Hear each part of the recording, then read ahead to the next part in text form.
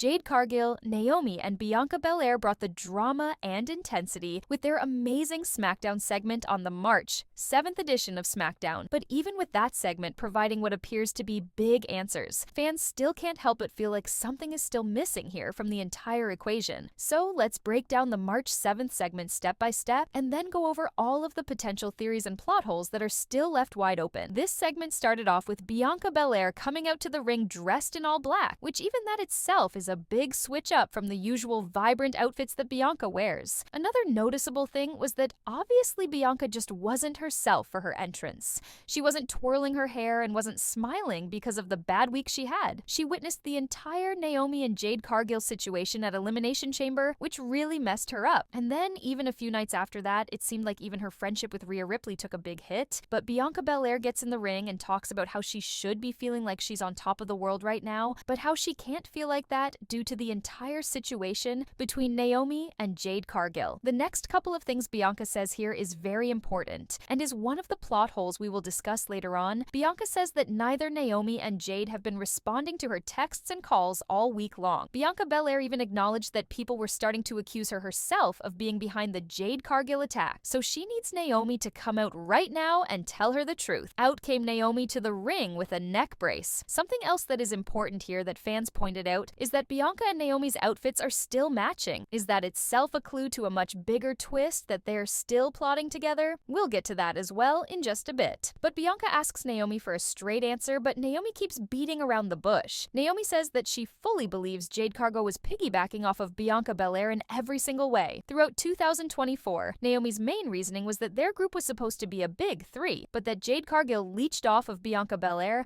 and the two of them took off and left Naomi all by herself. As an afterthought, Naomi says she doesn't give a damn about Jade Cargill because deep down, Jade Cargill doesn't give a damn about Bianca Belair. Naomi eventually confesses to doing the attack, saying that she did it for Bianca Belair. Naomi felt like Bianca Belair needed a true friend by her side instead of Jade Cargill, who Naomi felt like was a fake friend who was only using Bianca Belair as a stepping stool to elevate herself in the company, and that Jade never actually valued her friendship with Bianca Belair, that Jade was just using Bianca for her own personal selfish benefits. That's why Naomi felt like taking out Jade Cargill would be, in a sense, doing Bianca Belair a big favor to get that leech away from her. Bianca Belair steps out of the ring, and Naomi goes off calling Bianca ungrateful and how she wishes she would have pushed Jade Cargill down even harder during that night of the attack. Jade Cargill finally arrives to the arena herself. She briefly stands next to Bianca Belair and exchanges a quick glance at her, and Bianca gives Jade the clearance to fully go after Naomi, which she does, and once again takes out Naomi. This segment itself was masterful and was truly amazing, especially for the fans that were so deeply invested in the story. The segment gave you everything you were looking for, and not to mention the absolute jaw-dropping, amazing acting from Bianca Belair and Naomi. Their acting the way Naomi was able to cry on demand,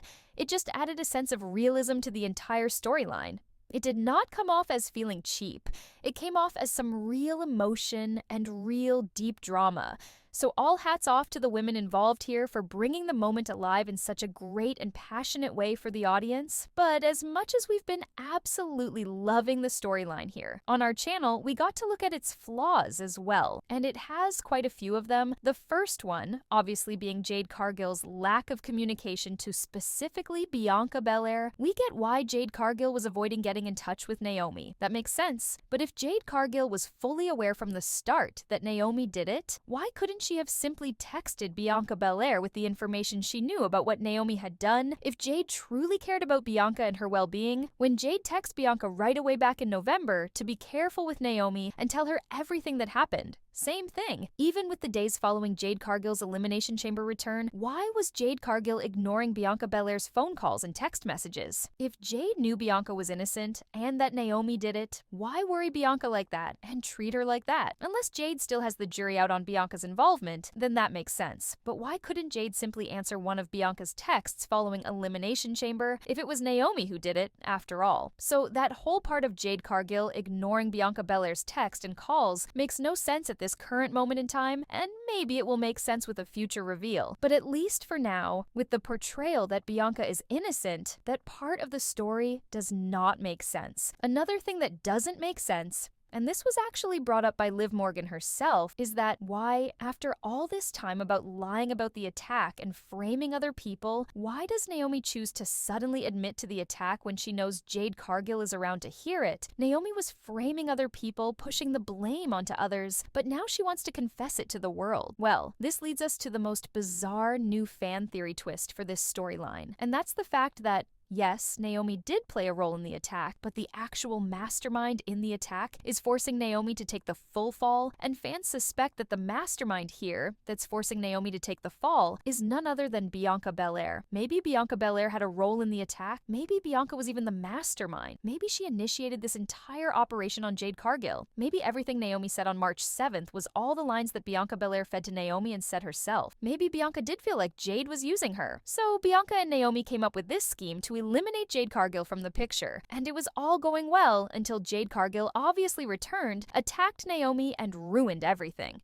But the fact that Jade Cargill was not suspicious of Bianca Belair having a role in the attack, maybe that's what caused Bianca and Naomi to come up with this big audible and change up to their plan. Bianca Belair forced Naomi to come out to publicly admit to doing the attack and take the fall so that Bianca's name will be cleared and Jade would leave her alone. It was a quick line that Bianca threw in there towards the start of the segment, but she did mention how people were accusing her of having a role in the attack and how she didn't like that. And maybe that's the truth. Maybe Bianca did force Naomi to take the fall so that people can get off her back. With all these suspicions, Bianca and Naomi are true friends. So maybe Naomi agreed to take the fall so that Jade Cargill would leave Bianca alone, and so that Bianca can relax and focus on her world title match at WrestleMania without having to be worried about looking over her shoulder for Jade Cargill. What are your thoughts on today's stories? Leave your comments below. Don't forget to subscribe with all notifications on and leave a like if you enjoyed. Thanks for watching, guys!